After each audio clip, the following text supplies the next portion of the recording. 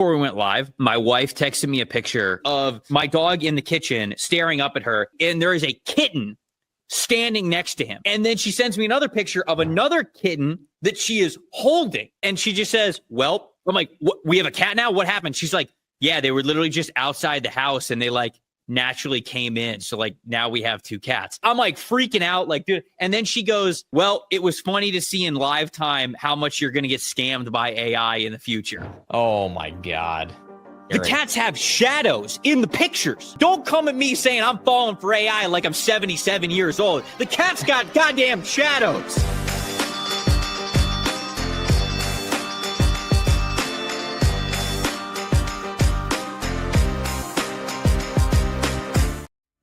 Welcome to the opening bell of the NFL Stock Exchange podcast. Trevor Sikkema, Connor Rogers here with you guys for another very exciting episode. We had the mock draft on Monday, Connor, which was very exciting because it was the first time that we went live. We're live here again. The chat's already popping. Can't wait to interact with you guys here once again. But this time for the updated big board episode. Obviously, they got a little sneak peek of sort of like mine / the predictive big board as we were going through the mock draft. But now they get to see my official big board, your official big board, side by side, about 5 or 6 weeks into the college football season. Buddy, I'm excited. Honestly, I'm excited just to see your big board.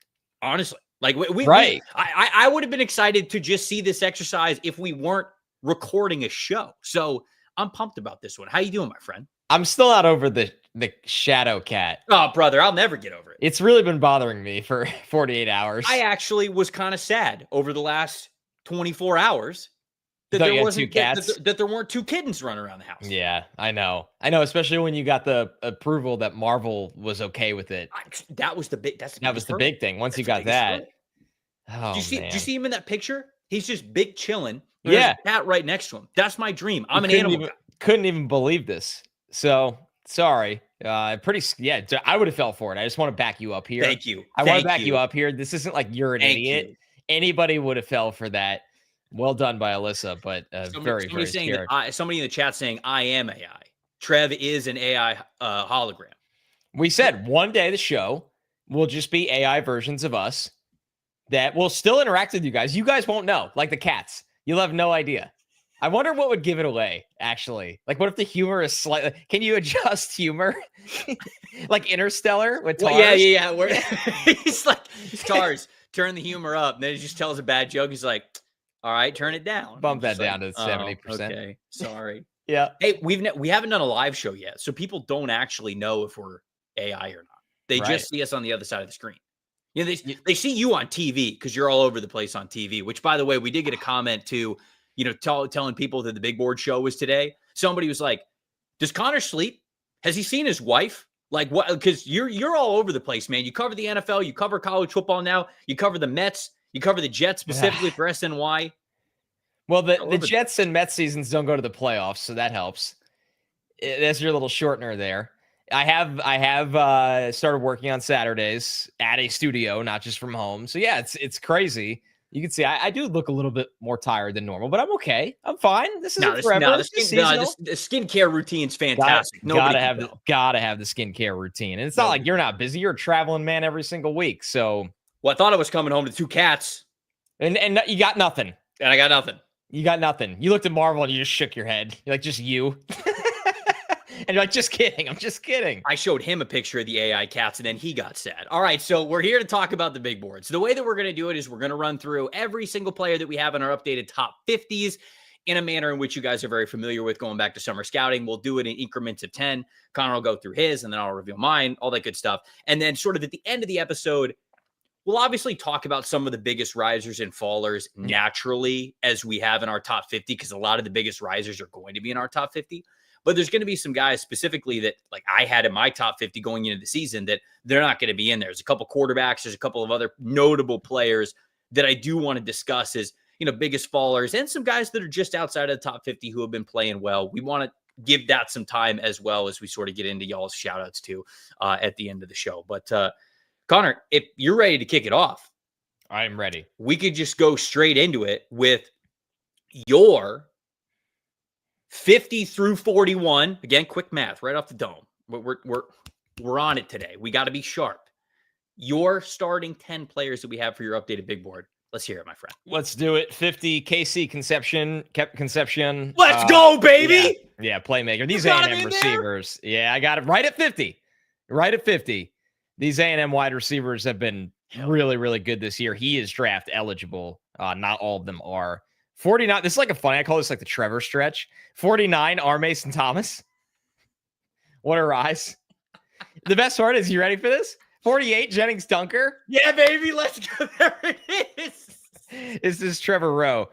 47 is the one I have no idea what to do with right now with Xavier Scott, because over the summer I thought he was a first round caliber defensive back, and it seems like he has a season-ending injury. I saw him on the scooter, and he has a very significant injury. So, like, what are we going to do with that? And we've had this happen before, right? You know, we've had this happen with plenty of players before, and sometimes they fall to the second round because of it, depending how everything goes for them medically at the combine. 46, another riser for me. I love Jonah Coleman, the running back at Washington. What he's done in the pass game this year has elevated him into my top 50. He's always been an absolute bowling ball as a runner. He's like a legit rocked up 230 pounds. Yeah. Low center gravity. He's one hell of a football player. 45. By the way, before you keep going, somebody in the chat said, please say position and school as well. So you can see it on screen, but I know there's a lot of people who aren't necessarily like looking at the screen. There's some audio people. So no, that's a really good call out. Very good call out. 40. Hold on. A bunch of people in the chat are saying, no, this is just Trevor's big board. You're showing the wrong graphic. Wrong big board. Well, Tyler, hold on. That's producer Tyler Cook slander. Yeah, and I'm not going to stand for it. He would never. No, he would never fly the wrong graphic. He was almost flawless with the mock draft simulator the other day. First go around. When you said almost, do you mean almost because when you started yelling at him about clicking the pick? Yeah, that's exactly what the almost was. The 99th percentile. Oh my God. All right, 45. Colton Hood, corner out of Tennessee. He has been awesome for this defense while they're waiting for Jermod McCoy to come back. And if they have McCoy back with Hood, good luck throwing on this team. 44, Caden McDonald, defensive lineman for Ohio State. Ohio State replaced 7 defensive starters this year, and a lot of these new guys show up in the top 50 today. That's just how damn good they are. It's wild. 43, a familiar name in quarterback Lenoris Sellers out of South Carolina. I still think he's a bit of a project. That's why I have him at 43, but his physical gifts and tools are obviously, at a premium that keep him in the top 50. I would like to just see him take less sacks, get the ball out on time a little bit more. Yeah. So this isn't, by the way, I had him, I believe, in the 30s during summer. So he didn't really move very much at all, late 30s. 42, a player we talked about during summer scouting, Zion Young, the edge rusher out of Missouri. He's a heavy-handed, stout, kind of power big end. He's not your typical, him and R. Mason Thomas are total opposites of the kind of players they are. And then 41, a guy that's fallen for me is Alabama offensive tackle Caden Proctor, because I don't think tackle is a great long-term home for him at the NFL with what I've watched. And coming into this year, it was, hey, can you play your way into the first round as a tackle?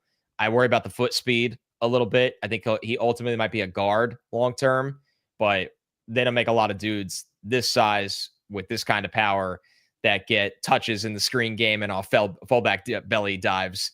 It's ridiculous to watch him. Somebody in the chat said you have his position wrong. It's actually running back for Caden Proctor.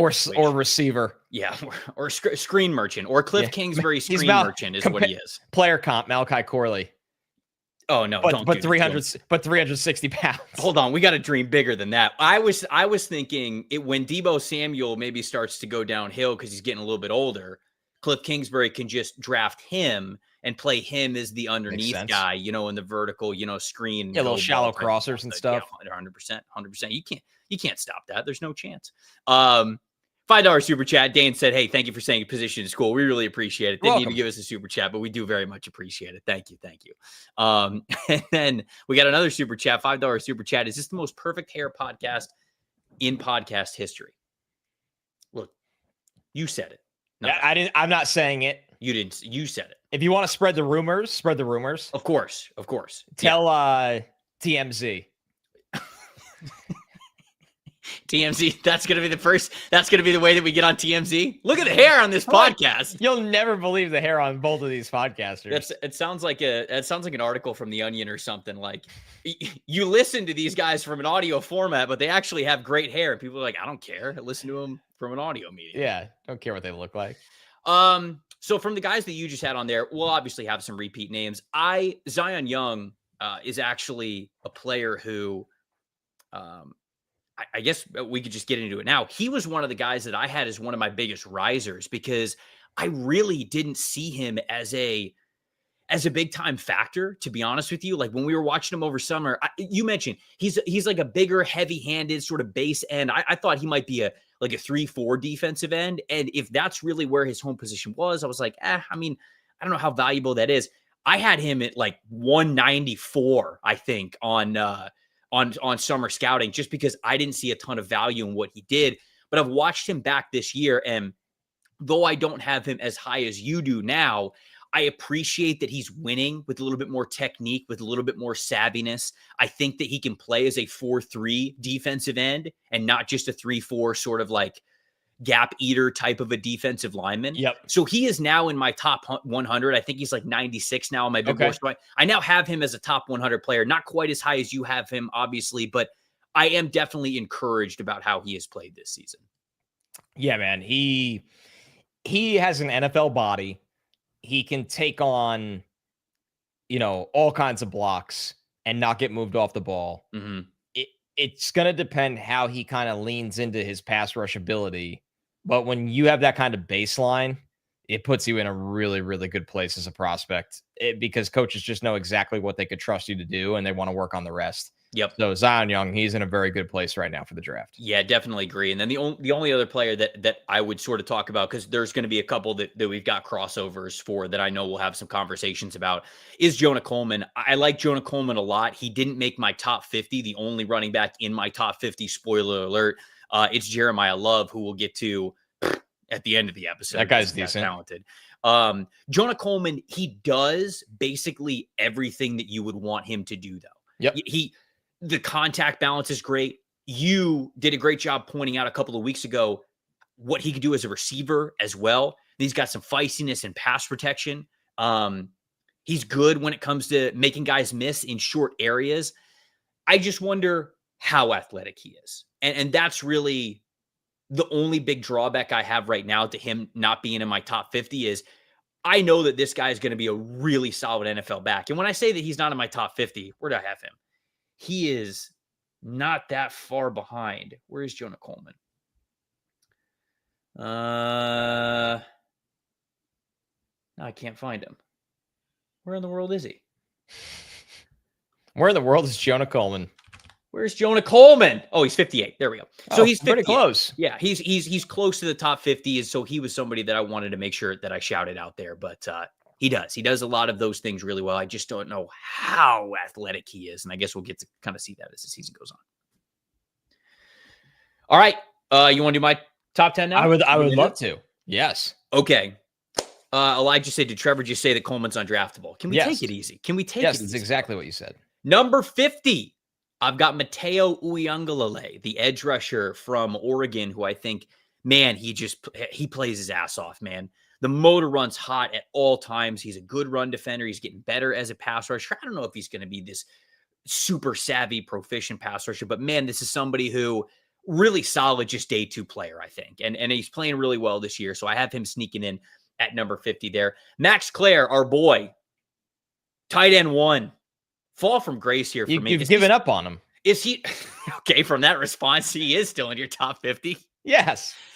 He's had a really tough start to the season. Now, this past week, I believe it's against the Washington. No, the Minnesota game is the one that they played this past week. He did play a lot better and he popped. And I'm trying to tell myself, like, hey, he's in an offense with Carnell Tate and with Jeremiah Smith, and the target's going to be tough to come by. He is still a good player, but I am disappointed at just the lack of impact that he has had, even albeit through lesser opportunities than what he had at Purdue. I still think he's a top 50 player, but he wasn't quite the guy that the top 20 player, at least in my eyes, that we saw during summer scouting. So I got him at 49. You mentioned Caden McDonald. You have him at 44. I've got him at 48. Didn't watch him over the summer. True junior, and that's the reason why. Yeah, there's really not a ton of tape on him, although last year towards the end of the season, man, he showed you what he could be as a run defender. I think he's got decent pass rush grades this year. But to be honest with you, Connor, he's got shorter arms. I just don't know if he's ever really going to be the pass rusher you want him to be. Right. But my goodness, there are some takeover plays with him in the middle of that defensive line. Yep. I mean, there are some goal line stands that this dude is the anchor for. So if your team needs somebody like that who has the ability to play with some surprise juice for a nose tackle that has the scouting profile that reads the way that his does, you feel pretty good about it. Chris Johnson, the cornerback from Arizona State, comes in at number 47 for me. Is he in your top 50? He is not. Okay. But so he was somebody who is his teammate in your top 50? Oh. Or sorry, this is I'm dumb. I wrote Arizona State. It's not Arizona State. It's San Diego State. I was going to say I haven't seen him. It's on me. That's hand up. It's San Diego State, Chris Johnson. Okay. Hand up, San Diego State. That's not Tyler's fault. That's my fault. I have an Arizona State corner in my top 50. It's not him. No, who's that? No, I have Abney in my top 100, and we'll talk about Abney because he is one of the biggest risers that I wanted to highlight. But Chris Johnson's the cornerback from San Diego State, who one of the highest graded corners that we have in college football over at PFF. He is playing really well. He's so smooth in coverage. He's got good size to him, but he plays best in that off coverage alignment. He doesn't play a ton in press, although he certainly can, especially from the slot, which I like. But he times things very well. He's very smooth. The route anticipation is good. And although maybe the vertical speed's a little bit limited for him when he's in trail technique and he's in phase, it's that short area quickness and being able to click and close when he is in off coverage that makes him such a force and has had a successful year. So Chris Johnson, the cornerback from San Diego State, somebody I like a lot. I'm excited to watch him. I have not gotten eyes on him yet. He's really good. You definitely need to watch him. Elijah Surratt, the wide receiver from Indiana, he's just my dude. Man, he wins at the position in so many ways that are translatable to the NFL game. He's got diverse release package off the line of scrimmage. His feet are so quick.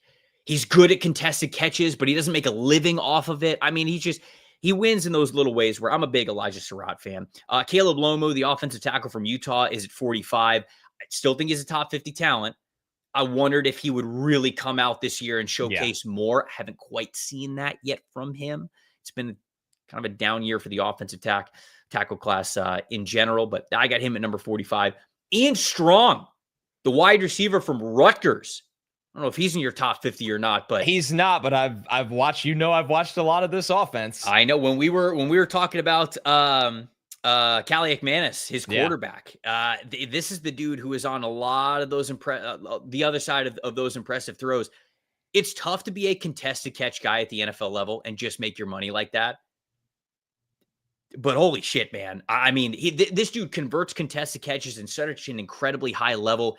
He gives me Dwayne Bowe vibes where it's like, all right, this is what you do, but you do it very, very well. So I'm always cautious to really fall in love with these contested catch guys because I used to, and I got my heart broken too many times. But Ian Strong, he's just so damn good at it. 43 is my boy here, AJ Halsey, the safety from LSU. Yeah, you've liked him for a while. The football IQ that he has, in my opinion, outside of Caleb Downs, Caleb Downs is a little bit different. Like Caleb Downs does a little bit of everything. He's a linebacker. He's a strong safety. He's a free safety. You want to talk about guys that can patrol the back end, and especially in those robber rolls over the middle of the field. This dude's got the best tape that I've seen so far this season. I think AJ Halsey's legit. I don't think he's as athletic as some of those top safeties that'll, get drafted top 20 or first round for sure. But this dude's an absolute stud. He can play a lot of different roles for you. And when you let him roam over the middle of the field, that route recognition shows up so well. And when he hits you, he hits like a Mack truck. I mean, you feel it. You watch these receivers on tape and you know that they feel it too. Huge AJ Halsey guy. Love what I've seen so far from him this year. David Bailey, the edge rusher at Texas Tech. I got him at 42. A little bit of a bump up from having him in the 50s. I believe it's where he started for me. And he's just having a fantastic year. And then Casey Concepcion, baby. I got him at 41. Look, I went back and I watched his NC State stuff from last year because I was like, God, I remember Max and Dalton on the college show. They really loved Casey Concepcion. And I remember watching We talked about him a lot at summer scouting. And I was disappointed. I can't remember where you had him. But I'll tell you right now.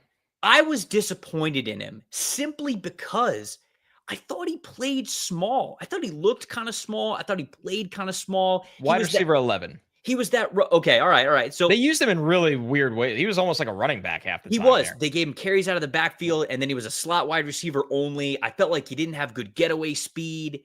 He'd go down after first contact. This year's totally different. This dude looks bigger. He looks stronger. He looks more explosive, somehow against SEC competition now. And I think he's got that big-time playmaker mentality. Big Casey Concepcion fan. Love him. I think he's an absolute stud. So there you go. That is my first initial 10. Any thoughts there? Number one, I mean, obviously we see Caden McDonald very, very closely with Mateo. I think because we kind of were harsh on him this summer. Like we were like, where's the hype? Like there's a lot of hype. I don't know. Right. He's inched closer to my top 50 as well. He's been excellent for that Oregon defense, without a doubt. I'm excited to watch Chris Johnson. I'll get to some of these other guys in a second. I love the Ian Strong shout out. He didn't make my top 50, but given that Rutgers pass game a little bit of love, you know how I feel about it. And I'm still very high on David Bailey as well. But and with Max Clare, we'll get to him too. But like, I think it was a tough start, but I think he's settling in. And I also think it's an offense that when they just roll certain games with Carnell Tate and Jeremiah Smith, he can get a little lost in the shuffle. But for sure, I think the Washington game, I noticed him settle in a little bit more of what I expected. I am going to the way that I'm watching the NFL right now, where I'm watching so many teams want to win through tight end passing game and even through 12 personnel. If these tight ends like show up on a consistent basis, I'm going to put them up on the big board because it just feels like that's where the NFL is going. So if Max Clare really starts to have a great second half of the season, that's I'm going to have no reservations to bump him up once again. Before we get to the super chats, you guys who are watching out there, whether you're watching live or maybe afterwards, if you love this show, if you loved any content that we've done, whether it's this show or whatever it is, and you haven't subscribed yet, I would ask you, please, it's a free and easy way to support the show. We would love for you to become part of the Addicts. We'd love to have you in on the chat. Every single live show that we do on Mondays and Wednesdays, this is so much fun for us. And a big reason why is because you all are here for it. So if you've ever enjoyed any sort of content that we're doing, including this episode, and you don't subscribe yet, it would mean a lot to us if you do so. So just wanted to shout that out for anybody who might not be subscribed to the channel yet. Going to some super chats now. Jobs got 2 super chats in here. One of them's for $2. One of them's for $5. Says we need some Luke Goatmeyer talk today. And then once again, Luke Goatmeyer, number 1 on the big board. Connor, you're the resident Big Ten guy here on the show. I am. Are we getting have we just not said Luke Altmaier's name yet, the quarterback for Illinois, because we're waiting to say him at number 1 overall? We talked about him a lot over summer scouting because that's a quarterback show where we go through, 20 plus players each. He's not in my top 50. I think Luke's done a lot of good things this year. Obviously, unfortunately, the national audience probably will think of the Indiana game too much. I think that doesn't paint the picture of his season, but he's not in my top 50 right now. And it was really hard for quarterbacks to crack my top 50. Like I won't have Drew Aller in my top 50. Lenora Sellers just made it. So yeah, I think also Illinois, like the rest of their season's really interesting. If they can kind of, win the games they're supposed to and only end up having a loss against Indiana and Ohio State, maybe they come a dark horse playoff team. I know that's tough right now, but Altmaier's got big games left on the schedule to show what he's got. So we've got another $10 super chat here. And the question is, how are we feeling about the depth of this offensive tackle class past the top 50? Any diamonds in the rough or just a rough year in general? Love the show, guys. We appreciate the super chat. Thank you for getting in on the show, asking about offensive tackles. Connor, I've been underwhelmed by this offensive tackle class at the top and sort of as we continue to go on. Like even guys like Caleb Tiernan, Austin Barber. I don't know if you still have those guys in your top 50, but glad you brought that up. Tiernan was, I believe, he was in my top 50 last time we did it, like in the 40s, and he's fallen out. Yeah. He's not had the year I hope for. He's already got short arms, which is always kind of an uphill battle for a long-term tackle. he hasn't been bad, but there's been definitely some hiccups in pass pro. The tackle class as a whole, I guess I can kind of answer that as I go today. It's a lot of guys with traits and tools that are very unrefined right now. Yeah, I would agree. I would definitely agree with that.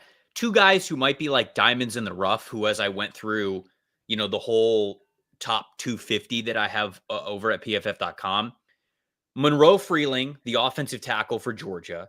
He's a former 4-star, and I think that he's got the body type, he's got some good athleticism, and he's got the mentality. Like he is, as they say on Remember the Titans, like a mean cuss. Like he is somebody who wants to bury you when he gets those hands locked on. And so I liked what I've seen from him.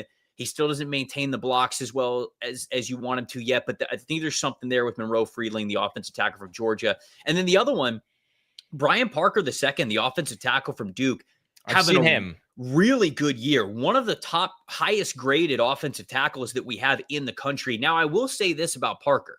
He is physically limited, and I don't really think he's a guard, and I don't think he's a tackle. I'm not just saying this because Graham Barton did it.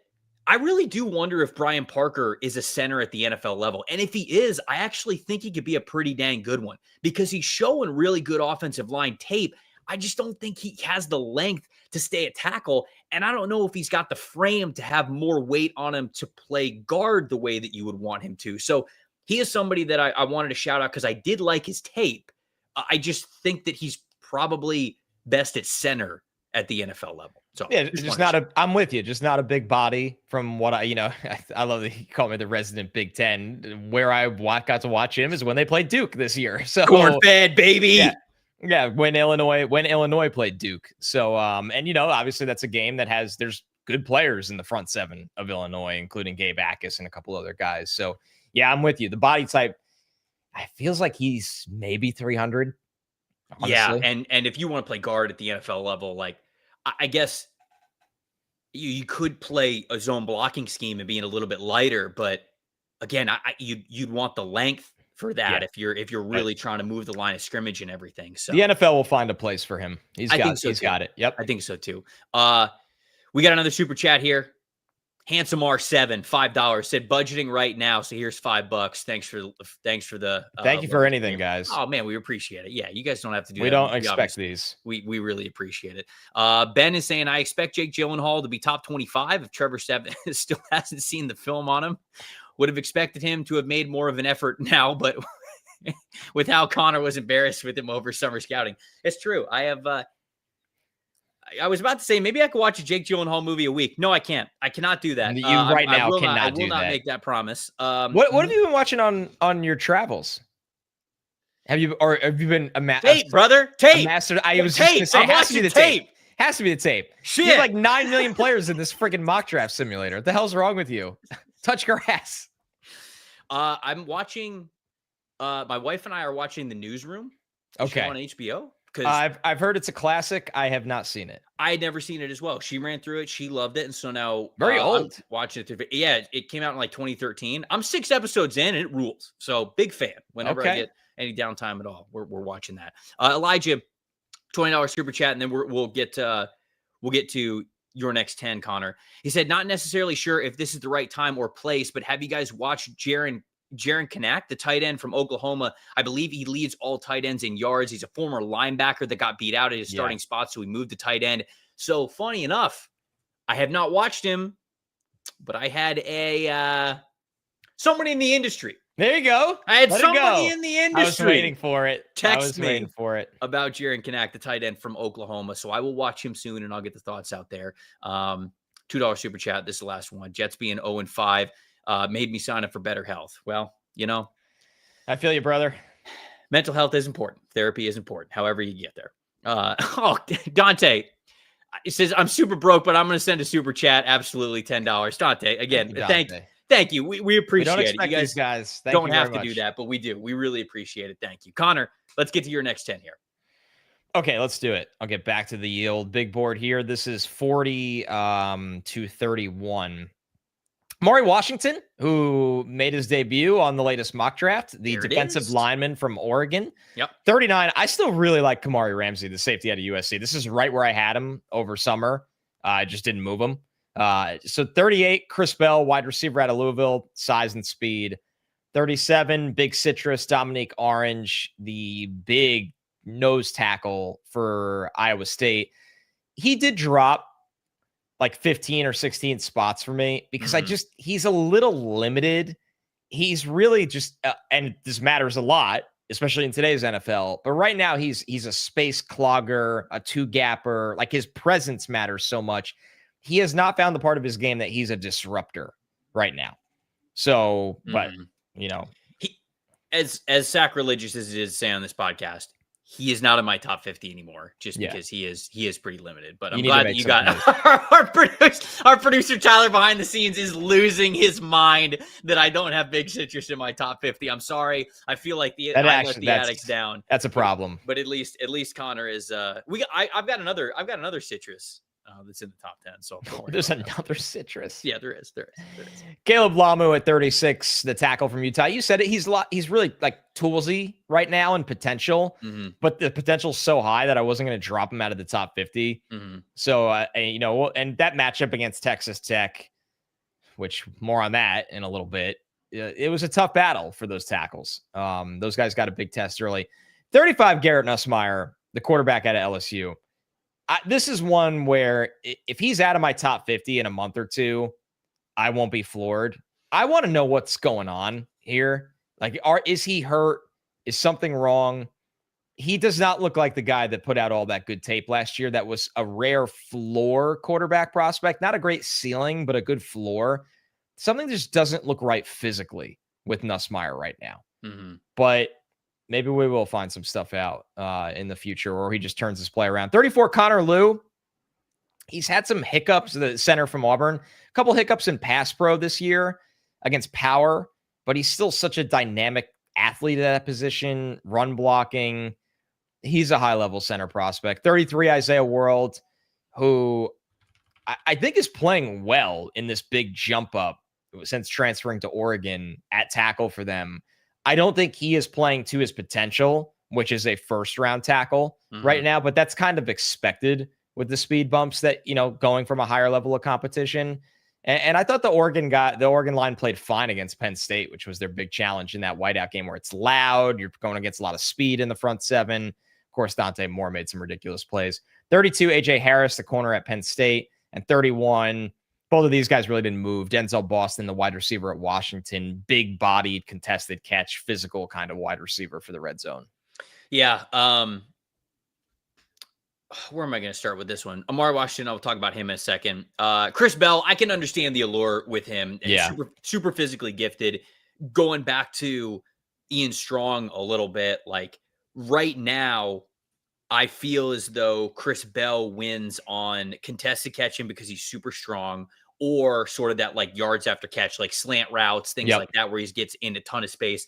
I don't really see him win cleanly off the line of scrimmage with releases. I don't really see him win as a route runner. And that's really what I want to see from him, because I feel like there's a lot of athletic freak wide receivers that come into the NFL that just don't do super well. But I get why you and a lot of other people like are high on him and want to bet on him, because he's a crazy athlete. I mean, what is he, like 6'2", 6'3", like 225? Like, he's so dense. Running away from people and like the one-handed catching, like catching through contact, like it's there for him. I'm just a little bit more of a sucker for the separation parts of it. So I'm a little bit lower. Yeah. He's outside of my top 50. Kamari Ramsey is outside of my top 50, but just barely. You notice this? They're playing him in the slot a lot this year. Yeah. Which is not how I would play him. Not how I would play him. And so I don't really know quite what to think there. He's still in my top 60, but he was just outside of my top 50 because of that. But it is a player who I do still like. That's our game Saturday night now, so I'm very excited to get another look at him. We have Michigan USC, and I imagine he's going to be tested in that game. Who else we got here? Connor Lew. I'll touch on Garrett Nussmeier in a second, but Connor Lew, I agree with you. I watched some of the negatively graded plays that he's had, and they're there, but the good plays are also still there. Yes. And I love the wide, low base that he plays with. He anchors so easily. I think he's got great grip strength. He moves to mirror very well. He can still move people in the run game. And just as a reminder to everybody, he's just a true junior. So, like, him having his faults right now, totally normal. And instead, I see the building blocks of somebody who could still be a really damn good starting center at the NFL level. So I agree with you. He's still a really good prospect. Nussmeier, I don't know what to do with. Somebody in the chat, one of the comments said, hey, I can't confirm, like, Nuss is hurt. You see it in his throwing motion. And it's like, I kind of agree with you, but what am I supposed to do with that? Right. Because he's a tough watch right now. Not just, and it's not just the arm, like it's the decisions too. He's putting the ball in harm's way. What was it? That game against Ole Miss. Ole Miss had, I looked this up because I noticed it as I was watching the full game tape for Nussmeier. Ole Miss had 41 coverage snaps in that game. 27 of them came with 8 defenders in coverage. Ole Miss only rushed 3. More than half. Well over half. And they basically just said, nope, we're going to put 8 in coverage. We don't think you can pick us apart. We don't think you're going to check it down enough. We don't think you're going to be able to find the hot spots in the zone. And he couldn't. And he put the ball in harm's way a lot. And he really struggled that game. Now, if you go back to the Clemson game, you know what Clemson did? Clemson blitzed him a good amount. Yeah. And he knew what to do with it. He was like, okay, well, if they're blitzing me, this guy's hot. And that's exactly where the ball went. LSU won that game, and he looked a little bit better in that one. But against Ole Miss, man, when they had more guys drop into coverage, Nussmeier got impatient, and he just tried to force the football where it wasn't supposed to go. And that really worried me with him. And so he is not in my top 50 just because I just don't know what to do with him right now. So I wanted to bring that part up as well. And he's not that big to begin with. Right. So you when you talk about, this is one of my like pet peeves of the draft. I'm victim of this previously. I don't like when I get a little bothered when people are like, well, yeah, that's only happening because he's hurt. But then you go, well, why is he hurt? Is he hurt by bad luck, or is he hurt because and I'm not saying this about Nussmeier definitively, but it's fair to bring up. If you're not a big player to begin with, is this now going to be a problem? Because guess who's faster and stronger and more violent? NFL players. Yeah. So yeah, I struggled to place Nussmeier during this exercise. When you have these smaller quarterbacks, they really have to do a lot very well, very consistently. There's just such a small margin for error. And right now, Nussmeier is just like flirting with disaster, I feel like, in that regard. Still very smart, still a gunslinger, still understands defenses, but he's got to play better. I don't think there's any doubt about that. All right, let's go to my next 10 that we have here. 40 through 31 for me. Chris Brazzell, the wide receiver from Tennessee. I am reluctant to have this much faith. Fall for it again in a Josh Heupel Tennessee. Fell for it again award. Now, hold on. Put the pin right on your chest. I did not fall for it with Jalen Hyatt. Then you're in the clear. So I did not fall for it with Jalen Hyatt, and I was like, look, they put Jalen Hyatt in the stacked alignments, the wide stacked alignments. They put him as the back receiver in the 2-stack set. He never has to face press. He always gets momentum, and he just runs go routes and posts. And I was like, this player is not the receiver that you guys think that he is. And I think he struggled throughout his NFL career because a lot of that has come true.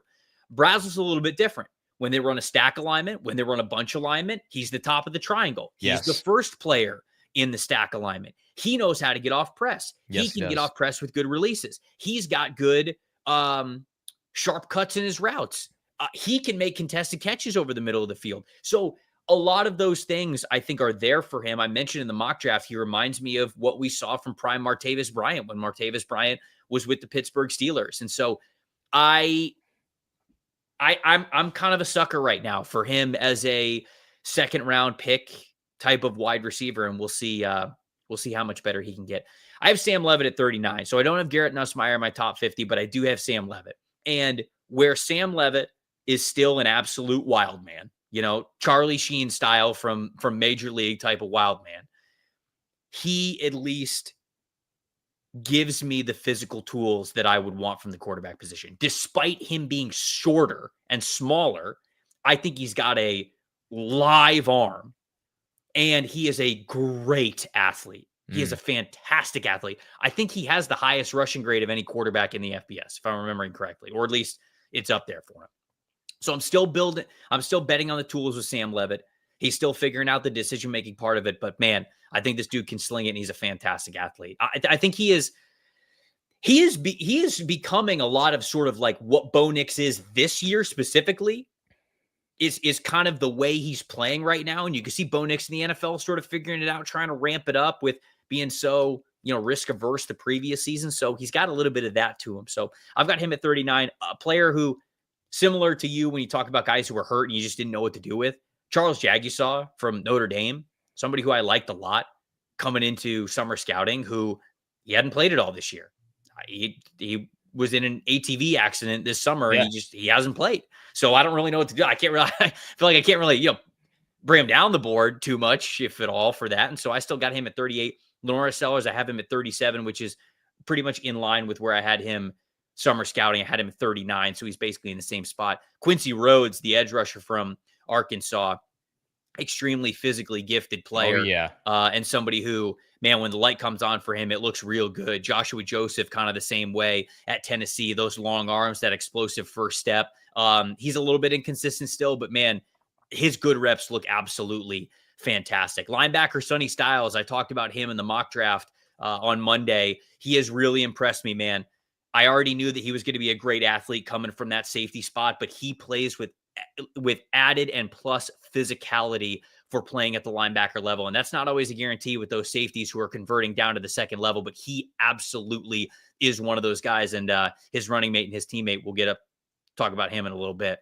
Romello Height, the edge rusher from Texas Tech, wins in so many ways from a finesse perspective.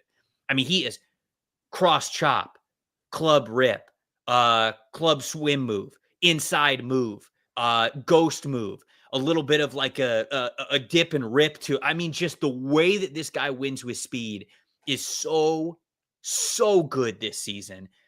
I don't know how much of a complete edge rusher he's going to be. He is limited to an outside linebacker, 3-4 type of a front, in my opinion. But man, it is tough to deny how good of a pass rusher and effective of a pass rusher he has been this year. So I got him at 33. Amari Washington, number 4 on Feldman's freak list going into the season. Somebody who has an incredible first step, great speed to power conversion. He's just still kind of figuring it out. So I felt like 32 was a little high, to be honest with you, but he's kind of a freak in what he can do as an athlete. So I had him here. And then Colton Hood, that cornerback from Tennessee, who's having an unbelievable year. I got him at number 31 for the ball hawking abilities, the click and close abilities, who he is as an athlete. He's one of the best cover corners in this class, I think, certainly through 5 weeks of this season. I like it, man. Quincy Rhodes is somebody that I'm even a little higher on. He's been that good. We'll talk about him in just a moment. Romello Height, same thing with him. I think we both see the potential of Amari Washington. There's just too many 0 plays right now that I didn't have him higher than 40. But man, we say it all the time on this podcast, like the 5 plays, he's got the 5 plays where you're like, whoa, you're that big and you move like that and can just take over the backfield like that. I loved your context on Brazzell, because I totally agree. He is not being used like the typical, I don't want to say stat padding because that's not fair, but like the Tennessee wide receiver. There are real NFL asks of him right now, where he is hovering around my top 50 as well. We got a couple of super chats here. Colin says getting married on Friday. Jersey swap with Connor soon with the Colin. Congratulations. The button down jersey swap. Congratulations, Colin. We love that for you, man. Slam and Sammy said, I'd be happy if the Jets can draft Sellers in the second round. I mean, I think a lot of teams would be happy if they draft Lenore Sellers in the second round. I don't know if he's getting there, though. We got $10 super chat here. How much does a team's performance impact a player's draft stock? 3 years of good performance and the team goes to pot, so everyone's performance stats are impacted. How much can that affect a player's draft spot? I mean, team performance doesn't Yeah, I mean, like it's correlated because how you play affects how your team plays. But there's a reason why we say things like wins aren't a QB stat, wins aren't a wide receiver stat, things like that. You've got to be able to take away individual talent from how a team is playing, but it's not like I'm not going to sit here and be like, oh no, it doesn't matter at all. No, there's no context at all whatsoever there. I mean, it's all. I think every situation's a little bit different, and so it's tough to probably answer that question exactly the way that you would want us to. There's not like a scientific method. Like I'm not like, oh, the formula is if you only lost 4 games, this is sort of how I take it into your draft stock.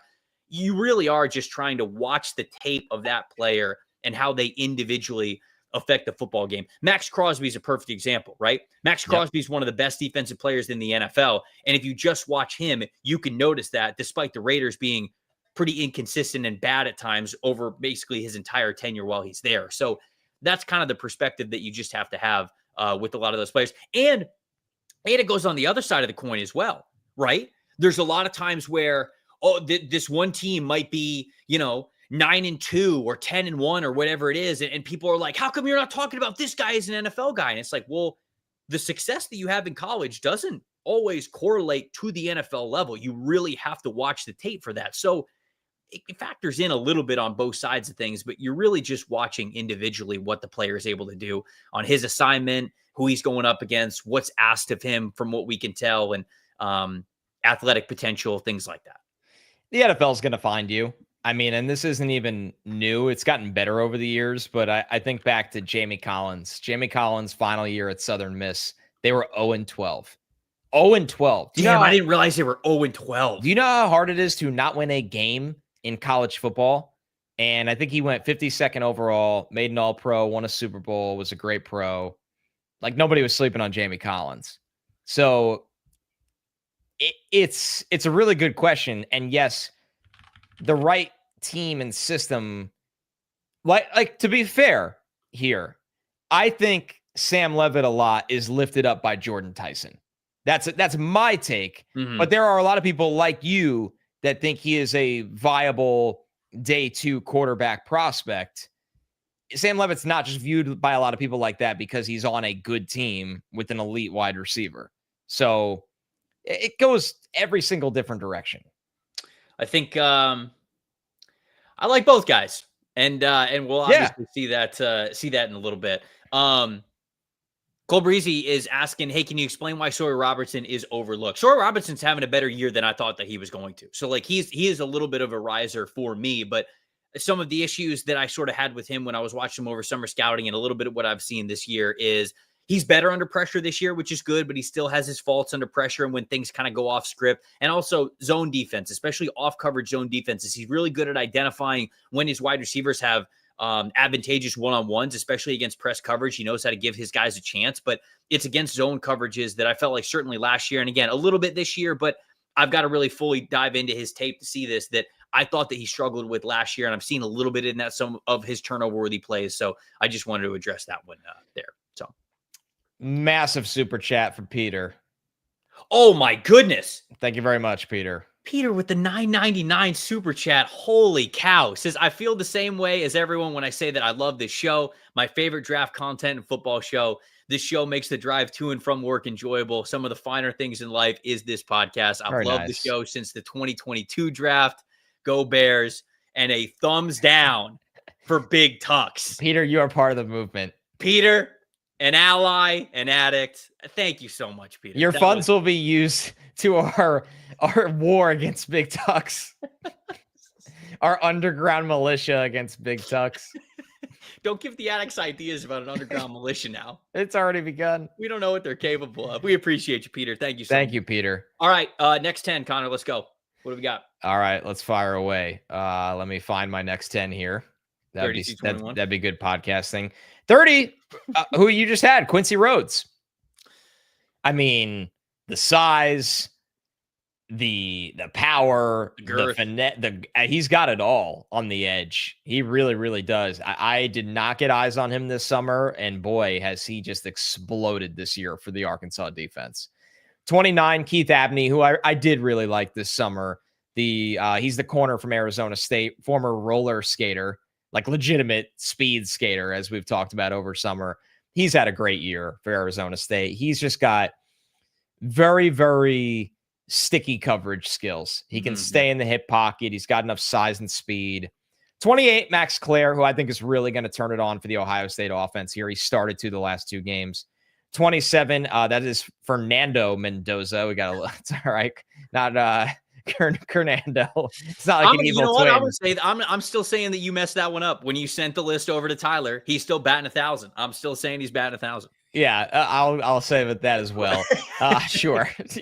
Fernando Mendoza, the Indiana quarterback, who's been a riser for me. There was things I liked on the Cal tape, and I think in the Indiana system, he's executing it at a high level. Now, I think there are times where he's not asked to do as much as the other quarterbacks on this list yet, but they are going to be playing enough big games here down the stretch that he will be. So I wish he was a little better of an athlete, but he's a big-time pocket passer. And to be fair to him, too, he's had some big plays taken off the box score. I mean, I think of that throw he made earlier in the season. That was a beautiful deep ball that was dropped by the wide receiver right in his hand. So there's some numbers hidden from him as well.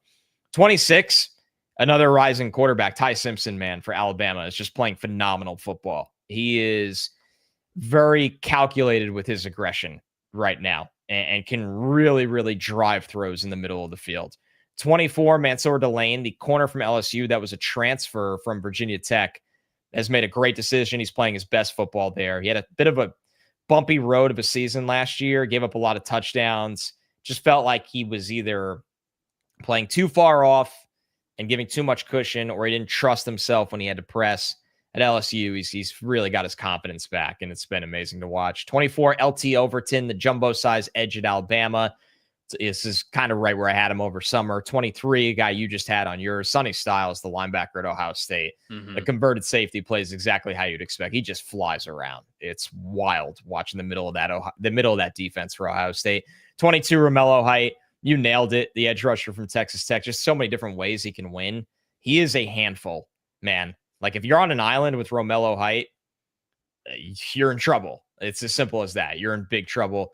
21, CJ Allen, a player I really liked over the summer. The linebacker from Georgia is just a menace against the run.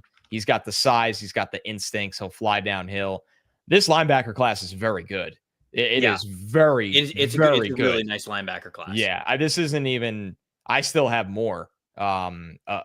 Still left to go here, but yeah, CJ Allen's playing really good football for Georgia. Yeah, somebody in the chat was saying, "Hey, is CJ Allen like a Roquan Smith level prospect?" I don't know as high as Roquan Smith, but to be honest with you, like, that's the archetype. Like, as a run defender, CJ Allen is really, really good. Now, I still think he's an elite run defender. I am lower on him just because I don't know what he's giving you in coverage. But, like, if you need somebody in a 3-4 scheme and you need one of your Mike linebackers to just be able to be focused on defending the run, like, you're going to have a ton of value for this guy. And he's absolutely an NFL player through and through. It's just a matter of where he's going to end up getting drafted. I do want to address this one really quick before I go to my 10.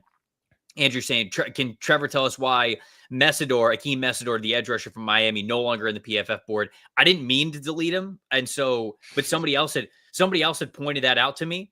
I basically took him out after Miami beat Florida because I was like, no, I'm not helping you raise your stock anymore. No, we're not doing this. No, you're a dangerously powerful man. I'm not sure how he got deleted, but it was kind of a good thing that he did because he was way down the board going into the year and he's having a really good year. So he is. I'm watching him over the weekend and I will get him back in the board at the proper spot of how he's playing this weekend. So that's coming there. Just wanted to let everybody know that. Okay. It's just the comments about Peter's super chat are unbelievable, by the way. Brandon said Peter is richer than the highest paid Dan Moore. And Peter wrote back, I am Dan Moore. Oh, man. And then Will Ford said, is Peter also funding the Texas Tech NIL? Dude, I would believe it at this point. Because Texas Tech, they got oil money out here. Maybe what's going on here, Peter? Is there something you want to tell us? It's amazing. Hey, look. Thank you, Peter. Yeah, dude, did you see he gave us a $50? He's out of control. Another one? Out of control. I don't even know how to thank him. I'll just keep giving him shout outs. At this point, he might be Big Tux. AI bots from Big. Yeah, it's an inside job. We actually are Big Tucks. There's just kidding. No Audric Esme or Jalen Catalon mentioned unless they're in the top 10. Of course, they're in the top 10. That's why we haven't mentioned them. Alfred Collins is the same way. We got to get to those guys. It's the end of the show. You got to stick around for a little bit. Ryan with a $5 super. You know what I noticed? Yeah, go ahead. Your lights were flickering at the start of the show, and since both of Peter's super chats came in, they are no longer flickering. Yeah, I'm healed by Peter's donations. That's how that works. It saved my electricity. He's actively paying my bills. Super chatting actually means that I can have the lights on for 5 extra minutes. No, that was not for me to get you guys to super chat. It's just a joke, but we appreciate it all the same. Ryan gave us a $5 super chat, said, from a play style standpoint, watching Jeremiah Love and Jadarian Price feels exactly like watching Todd Gurley and Nick Chubb when they were at Georgia. They're amazing. They're amazing. Best running back duo in the country. Yeah, Price deserves all the love in the world and should not be overshadowed just because he has an amazing teammate in Love. They're dominant. They're absolutely dominant, both of them. Last super chat before we get to my next 10. $5 super chat here. Connor, if Mateer comes back and performs against OU, brutal schedule, can he end Satan's curse for Joe Namath's soul and save our franchise? I can only hope so, man. I would, if I had to bet on one of these quarterbacks to save the Jets, it's Mateer. It might be Jonathan P. Mateer. No idea what his middle name is. I was going to say that. I feel like that was a guess. It's Peter now because Peter bought the rights to John Mateer's middle name. That's right. He could change it at his own. Yeah. I mean, I'm with you. He's got the little bit of like the Baker energy of you need someone, whoever is going to dig the Jets out of hell at quarterback, if anyone does it before I die, because I'm still waiting. And shout out to ABAT03 for shouting out the Namath curse. I haven't heard that it came from Satan, but actually, yes, I have. It is. A lot of people say it was a deal with the devil, blah, blah, blah. Yeah. Hopefully somebody in this group could do it. Mateer, I'm going to talk about Mateer actually in my next group. So perfect. Yeah, I bet you are. Okay. So me 30 through 21. Speaking of John P. Mateer, I got Connor Lew at number 30 to kick us off here. I already talked about Connor Lew. I think that he's a future stud of a center at the NFL level. Francis Mauigoa, the offensive tackle from Miami. Now, this is about 10, 15 spots lower than where he was initially. And I still like him. He's playing really well. He's grading really well. He's grading really solid. I'm still waiting for those impact run blocking plays from him. If they're there, I got to go back and I got to comb through it. But I feel like he's just a very smooth pass protector. He's got the body that's big enough for the NFL level. Are there those difference-making NFL offensive tackle plays? That's what I'm looking to see from him moving forward. John Mateer, I have him at 28. Would love for him to come back for the Red River rivalry. God, I almost did it. But it doesn't – actually, it kind of sounds like he's going to play this weekend, which would be absolutely wild. Because he's a madman. 18 days after surgery, and I don't want him to force it when he doesn't have to. But this is a huge rivalry. I know he wants to play in it. But I think the kid's great. I think he's a really good quarterback. He's playing really well, and he's playing with a ton of confidence. And there's something about being dangerous when you got a quarterback that plays with confidence, man. It's such an important part that there's no way to tell whether quarterbacks are going to maintain their confidence going from college to the NFL level. But look at Mac Jones, man. Look at Mac Jones with San Francisco. He's played in an offense that he's comfortable with, that he's confident in, and they just beat the freaking Rams on Thursday Night Football. That's how much it matters. And Mateer's oozing with confidence in himself and his teammates, and I think that stuff matters. My boy R. Mason Thomas, his Oklahoma teammate, I got him at number 27, speed demon off the edge. I messed up, Connor. Yeah, go for it. No, I can't. You want me to do it? Yeah, Big Vega. We got Big Vega at 26. I don't know. I can't write. I didn't write down the pronunciation. Olai Vavenga Ioane. There it is. He's 26, the offensive guard for Penn State. Talked about this in the mock draft. I think he's a stud. He could be a plug-and-play guard at the NFL level if there is such a thing. That's kind of insulting to trench play at the NFL level, but I really think that he's built for it. He's got the lower half for it. He's got the power. He's got the leg drive. He can displace guys in the run game and then in pass protection as well. So good with his hands, resetting his hands after initial moves. It's really impressive. Ty Simpson, just balling. what he is doing for Alabama, he looks like a future pro. What I love the most about Ty Simpson is I feel like he is attacking that middle of the field so well, that intermediate middle that you have to be able to attack at the NFL level to have success. He's doing a great job, and he's leading that Alabama offense right now. Denzel Boston, the wide receiver from Washington, I got him at 24. Big body dude who has got a little bit more finesse to his game than you would think for a guy who's 6'3", 6'4", 210 pounds. Christian Miller, the defensive tackle from Georgia. I don't know if is he in your top 50? Hell yeah. Okay. All right. I was wondering if I'd be a Ball little bit higher player. on him, but this dude, man, he's a great run defender, Connor. And then he just gives you that, frenetic, bat out of hell play style when you give him the green light. Yes. He is, dude. He is fantastic. And what we have seen this season, I wondered if he would kind of just be that big bodied run defender this year, but he has really taken his game to another level. I got Caden Proctor at 22. Full transparency, guard. I got him at 22 as a guard. And Jennings Dunker, we'll talk about him. Obviously, everybody knows that I'm a little bit higher on him. I have these dudes as guard, but I think that Caden Proctor can be a difference-making guard, a really good player in the trenches at the NFL level. I just think that he might be a little bit limited to play at that tackle spot in the NFL with the foot speed and just the flexibility, just not being able to protect those inside and outside shoulders with the quickness and the twitch that you need when you're going up against the best at the NFL level. Cassius Howell, the edge rusher from Texas A&M, he's got 30-inch arms. We've never seen it before. Never seen the likes of this before. But damn, he's a good edge rusher. He's such a fantastic player. I cannot deny 3 straight years of production from him. And now this being the third, and how well he is continuing to play. He's got the moves. He's got that speed to power. He's not going to win with length. And that kind of is what it is. And he's going to lose some reps because he can't get off the block because he doesn't have that length. That's okay. I think he'll give you plenty else and be able to stay pretty clean. And if those hands continue to move fast like they are right now, he can stay clean at the NFL level too. Just the chat, it's hard to. I'm listening to everything you're saying. Wait, what did Pete?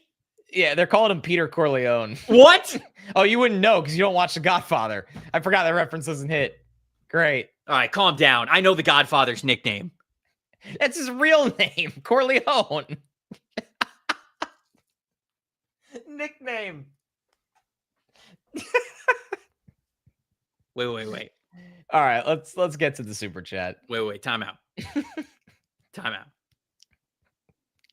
You're telling me a shrimp fried this rice? Yes. Oh, man. What's Peter's latest super chat? Peter, $100 again. He said, want to see me do it again? SpongeBob voice. I'm starting to think Peter, there's an alias here. Peter, you have sent 2 $100 super chats. He says, I do want a hat, but they're always sold out. I'm not big enough to host the pod, but I've got grit and heart. I'm going to help the Jets at quarterback as Dan Moore Jr. here. Peter, I will get your information. I'm sending you 2 damn hats. We'll get you the hats. I've got some hats in reserve. I know that the pitchforks will be out for that, but they're in reserve for this exact reason. I'm going to get in contact with you. I'll have Tyler get in contact with you. You're getting 2 hats, my friend. We appreciate you. Holy cow. Peter, you have a logo? We'll put it on the top right of our show. Brother, going forward. Yeah, I'll do. He's buying ad space. Peter. Yeah, welcome to the NFL Stock Exchange podcast presented by Peter. I just get Peter tattooed across my neck. Oh, man. Tino in the chat said Peter is an 8-year-old on his dad's phone. Dude, I'm nervous now. You must be 18 years or older to watch this show. I don't know if that's true or not, but I don't think so. I don't think it is. You cursed more than me today, though, which is plus 800 before the show. If anyone got that wager in. Satan cursed the Jets, so everybody's that's right with Joe Namath all over the place. There's an 8-year-old on his dad's phone. Yeah, they've often said that this is the Fortnite skins of podcasts of NFL draft. Oh boy, people have said that. NFL Stock Exchange powered by Peter. Ask what Peter could do for you. Somebody said Peter Football Focus.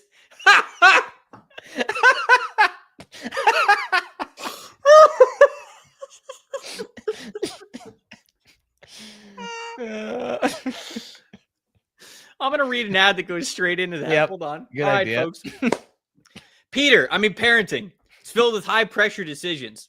It can be difficult to tell if we've done exactly what we need to, making the right choices for our kids' future. But opening up a UGMA account for your kids can be a great start to their financial future. Fabric by Gerber Life. It was designed by parents for parents to make it easy to plan for and manage your family's financial path. With the kids' investment account for Fabric, you guys can start investing in your child's future today. While your kids can't invest while they're minors, this UGMA kids investment account allows you to invest on their behalf and gives their investment so much more time to grow. Maybe, the funds can be used for honestly anything.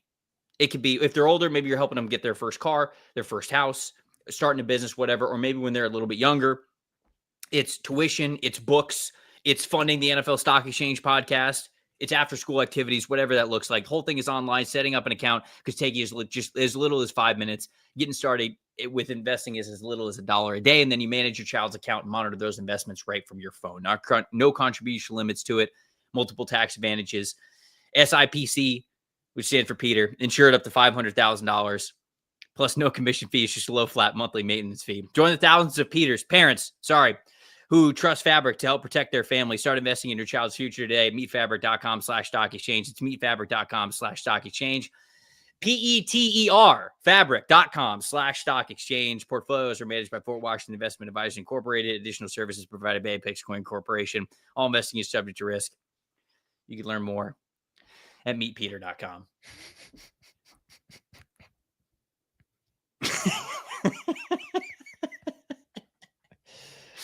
All right. 20 to 11. Top 20. 20, John Mateer, the quarterback at Oklahoma, who's about to make a courageous return. Hopefully he's truly healthy when he comes back, because I want to see him play at a high level and continue to improve his draft stock. 19, I'm with you, Trev. I love Christian Miller, the defensive lineman of Georgia. He's it's kind of the opposite of the combo we have with Big Citrus, where Miller he's a 3-down defensive tackle. He really is. He can disrupt. He can stop the run. I love David Bailey, the edge rusher at Texas Tech. I just think he is so dangerous as a stand-up rusher. Once again, on an island like his teammate Romello Height. 17, TJ Parker, the edge rusher at Clemson, who we talked a lot about him on the mock draft. 16, Mekhi Lemon, the wide receiver at USC, who plays so much bigger than his size and is such a good separator. 15, Cassius Howell, just an explosive game wrecker on the edge for Texas A&M. The arm length is an outlier, but I'm okay to roll with it. 14, Francis Mauigoa, the offensive lineman at Miami, who I think might be a guard. We'll see. He is playing very well for this unit right now at Miami, but I'm with you. I'd love to see some more like high-level run blocking plays, but he's been very steady for this great team this year. 13, Keldrick Falk, another guy, like when I think of steady, the big, powerful edge rusher at Auburn. He's got all the size, length, tools, and he's been productive. He's excellent against the run. He gives you a power element and effort as a pass rusher. 12, Carnell Tate's a riser for me, the wide receiver at Ohio State. I think I had him at 30 on my preseason top 50. His body control is so special to me. He's just getting the opportunity now, and Ohio State is leaning on him. Once again, you just can't teach his body control and his ability to go see the ball, win the ball, just find the ball over the coverage, but he can run away from people as well. 11, Kenyon Sadiq, the tight end from Oregon, that is a very unique weapon, and he's bringing the hard hat when they ask him to block. You could tell it's very personal to him that he wants to put out impressive blocking tape to the NFL. Yeah. There's a handful of guys that are obviously crossovers. Having Cassius Howell over TJ Parker. Man, I still have TJ Parker in my top 5. So that's spoiler alert, but I still like TJ Parker a good amount. But Cassius Howell, that's your boy. You've been you've been high on him, and you were so right when we were going into the season. Having it, do you have him top 20? Do you have him around this range? Yeah, I did. I don't think if I moved him, it was like a spot or two. Yeah. So it's a lot closer to where I have him and where I've brought him up to. But yeah, it was a phenomenal call by you getting him up there at that spot. Thanks, pal. A lot of the guys that we have are sort of repeats here. So I'll just go into my 20 through 11. 20, I have Spencer Fano. I still think this can be a really good offensive tackle prospect, but I was worried about how he handled David Bailey and Romello Height. And it just felt as though his weight was sort of a talking point for us when we were going through the offensive tackle episode this summer, because he's right around like 300, 305, I believe.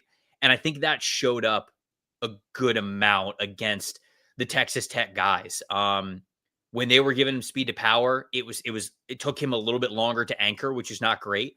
And Texas Tech really took away the ability for him to showcase himself as just that mauler and that bulldozer of a run blocker, because Utah just didn't have the ability to do that much in that game. And instead, Fano was asked to really pass block against some really good pass rushers, and he struggled. I think him and Caleb Loman really struggled in that game. And until they play some better competition and get some better tape out there against maybe some guys who are going to be more legit NFL players, it's hard for me to look at that tape for Fano and go, oh man, yeah, I feel confident about you at the NFL level. So obviously he's still a top 20 player for me. I'm not saying he's a bum. No, that's exactly what I'm saying. He's undraftable, right? You guys are going to take that and run with it. So that's where we're at. Yeah, just go with it. Ruin my life. He's still a really great player, but I dropped him down to number 20. Mansour Delane, the corner from LSU, such a good cover corner player. And it seems like I'm just higher on a couple of the corners than you are just in general. Delane is one of them. And I understand, like, he still has, he's light. He's got a light frame. It still takes, whole body to tackle a guy and slow a guy down. But man, when you talk about having the ability to flip the hips, really run, turn with guys, be sticky in coverage, get those long arms up there for forcing completions, he's been doing it at an extremely high level this season. It's been great to see him live up to his potential. I think he's a great cover corner now at 19. Arvell Reese, the linebacker from Ohio State, I have him at number 18.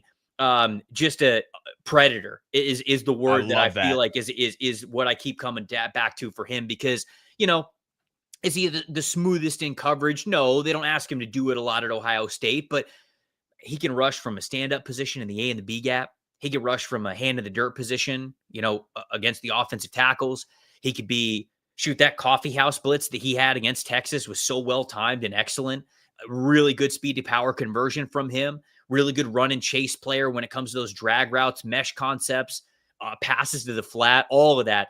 As a QB spy, like we saw him in that role against Washington, just an excellent athlete at the second level, which feels like where the NFL is going. So I got him at 18. Dante Moore, the quarterback from Oregon, really big riser, obviously into my top 20, right next to Fernando Mendoza that we have here at number 16, the quarterback for Indiana. Mendoza has been fantastic this year as well. In my opinion, these are just the best two quarterbacks that we've seen in college football. And to be honest with you, I'm not trying to be hyperbolic about my quarterback rankings, but we went into this season saying that, hey, this quarterback class, it's not set in stone. It's not solidified. It's not like we have these guys who are guaranteed to be top 20, top 10 overall picks. And so these guys have risen to the occasion, and I'm pretty sure we get Indiana, Oregon this weekend. Do we not?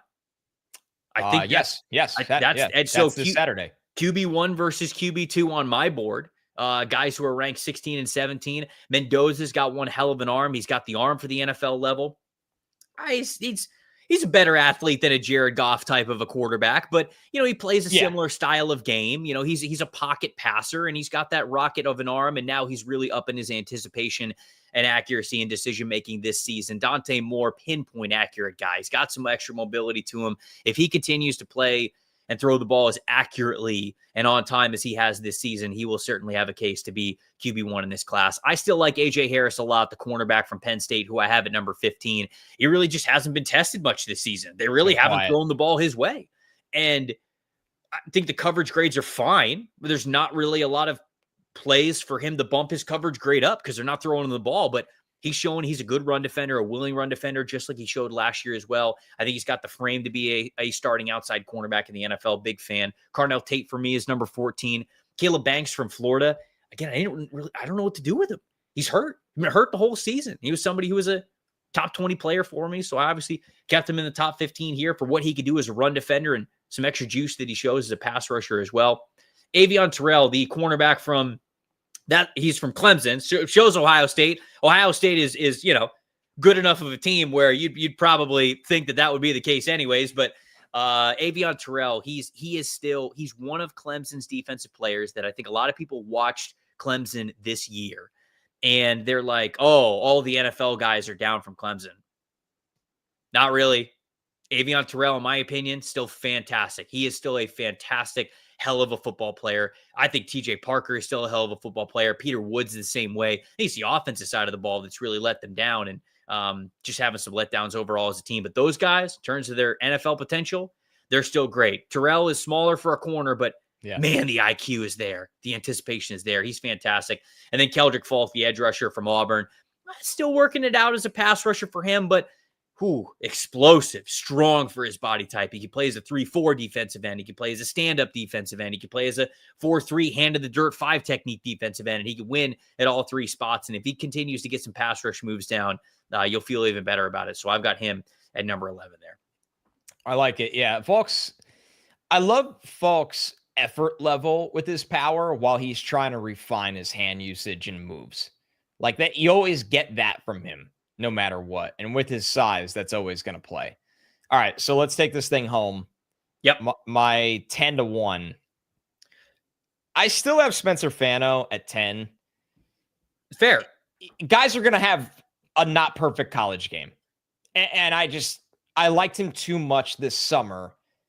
Listen, Romello Height and David Bailey are NFL pass rushers who I just had both of them in my top 30 or top 40. So I'm still, out of all the tackles in this class, I have the most faith and belief in Fano as a true right tackle.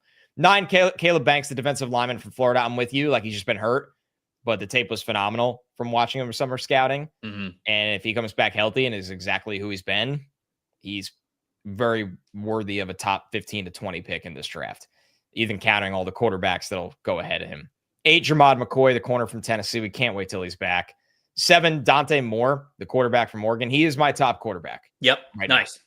Now. I think the quick twitch in the pocket, the accuracy.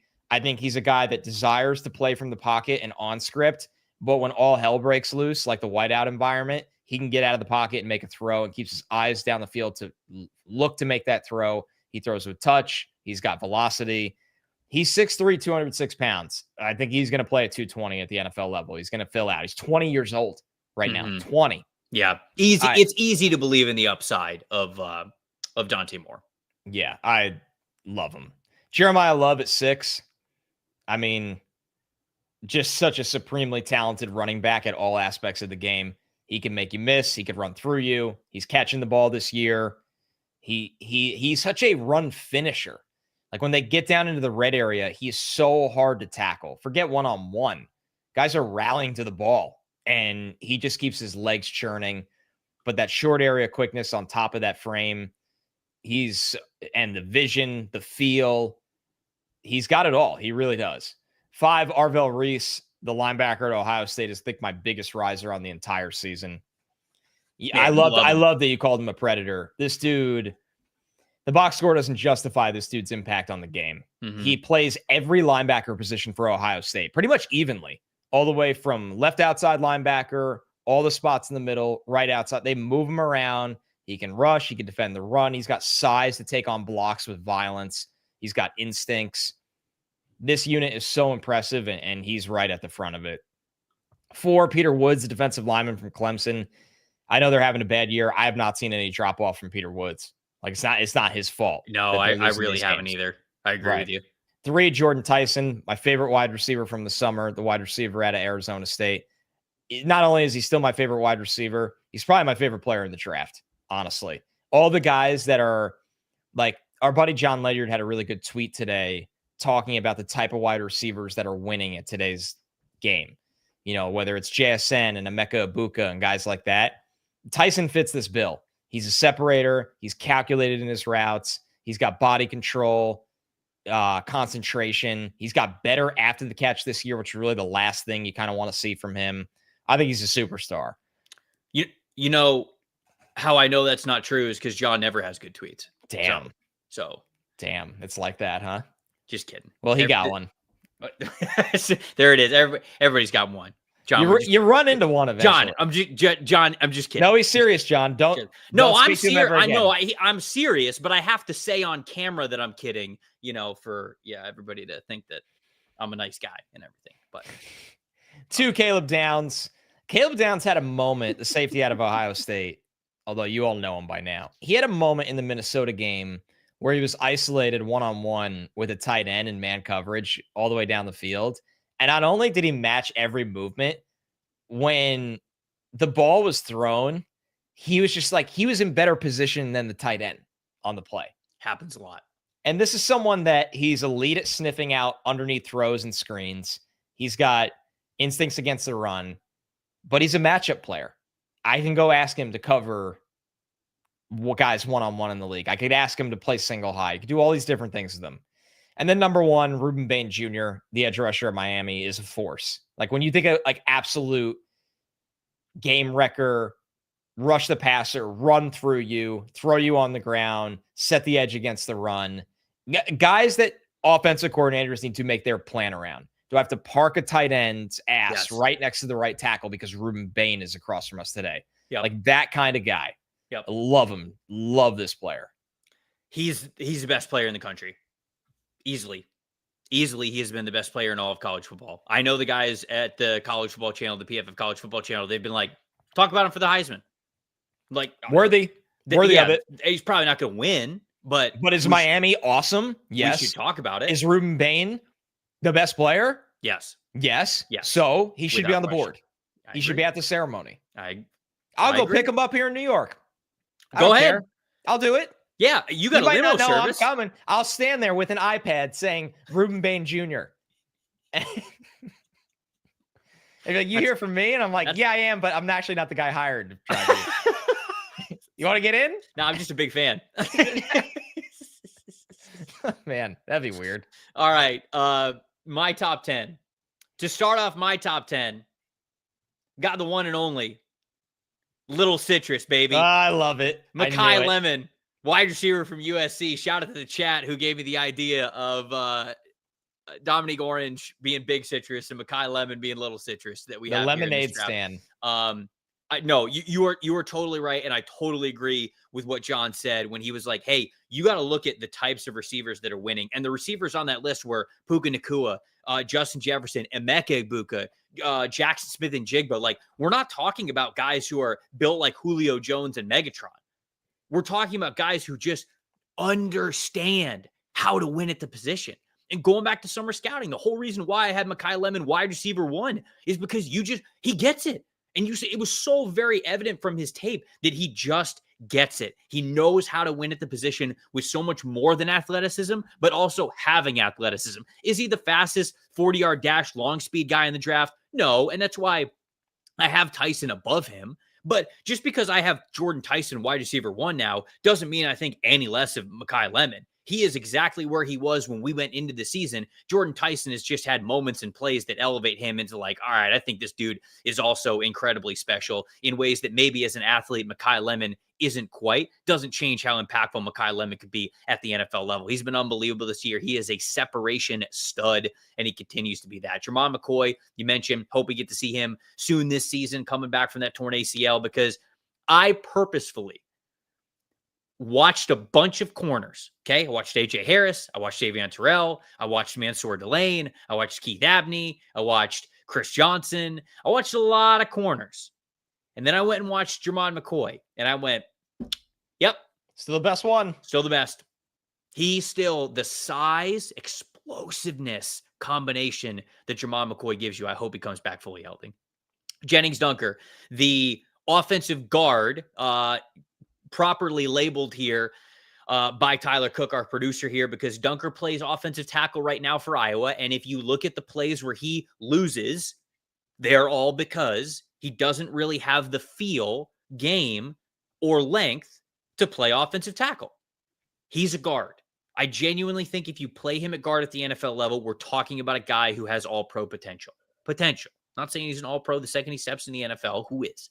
But the potential that this guy has as an absolute ass kicker in the run game, it feels like Chris Lindstrom, like what we've seen from Chris Lindstrom over the last 3 or 4 years and how dominant he has been as a run blocker for the Atlanta Falcons. That's the type of impact that I feel like Jennings Dunker could potentially have. Kenyon Sadiq, the tight end from Oregon, I've got him at number 7. You mentioned it. It's not just the athletic ability and the receiving ability. He's got the blocking ability as well. He is a 3-down, do-it-all type of tight end. And he's going to be one of the younger prospects in the class, I think, as well, as a true junior. So he's a stud. So is Jeremiah Love. Just not even close, the best running back in this class with what he is able to do with explosiveness and I would say elusiveness as well, agility, contact balance, who he is as a receiver. Like, it is just all there for him and where the NFL is going. Jordan Tyson, you mentioned as well. You got him at 3. I got him at 5.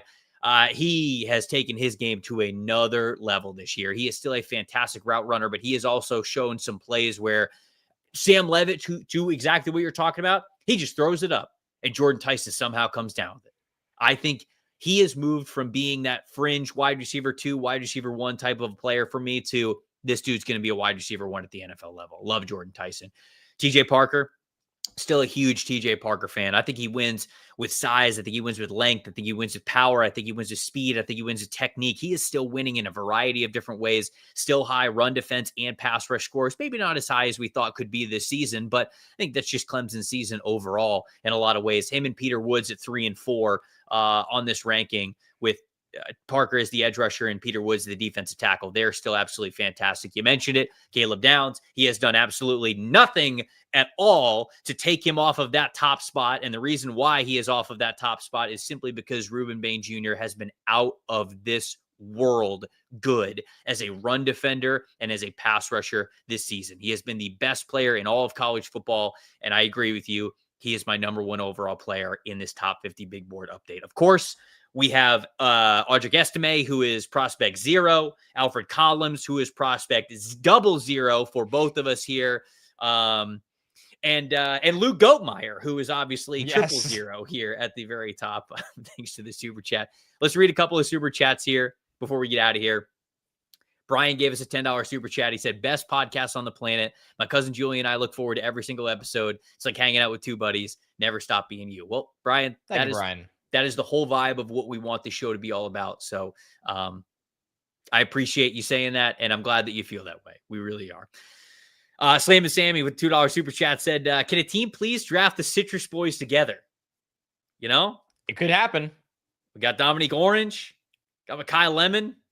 That'd be amazing social content. Like that social team is living the dream when that happens.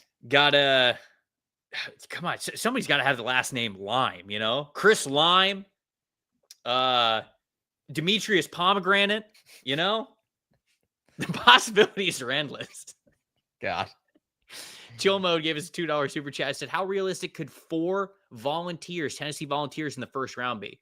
Okay, so Jermon McCoy, Colton Hood, Chris Brazzle. Is that it? Who are we not thinking of? Oh, the edge rusher. Oh, Joshua Joseph. Joseph. I don't think so. No, I don't think all 4 of them are getting. But it's a testament to that we're having the conversation. Get a couple in. Probably get a couple in. Matthew, $10 super chat. This last one just got into my first NFLSC live stream. Welcome, Matthew. Glad that you could join these. Excited, but where's Alfred Collins? Well, obviously he's at the top because he's still on the board. You know, it's just how it is, folks. We would love to hear from you guys. Everybody in the chat, we appreciate you guys getting on the chat throughout the show. But if you're watching this episode after the live stream, hit us up in the comment section, youtube.com/@NFL Stock Exchange. If you are, what? Joel Martinez just writes, cucumber.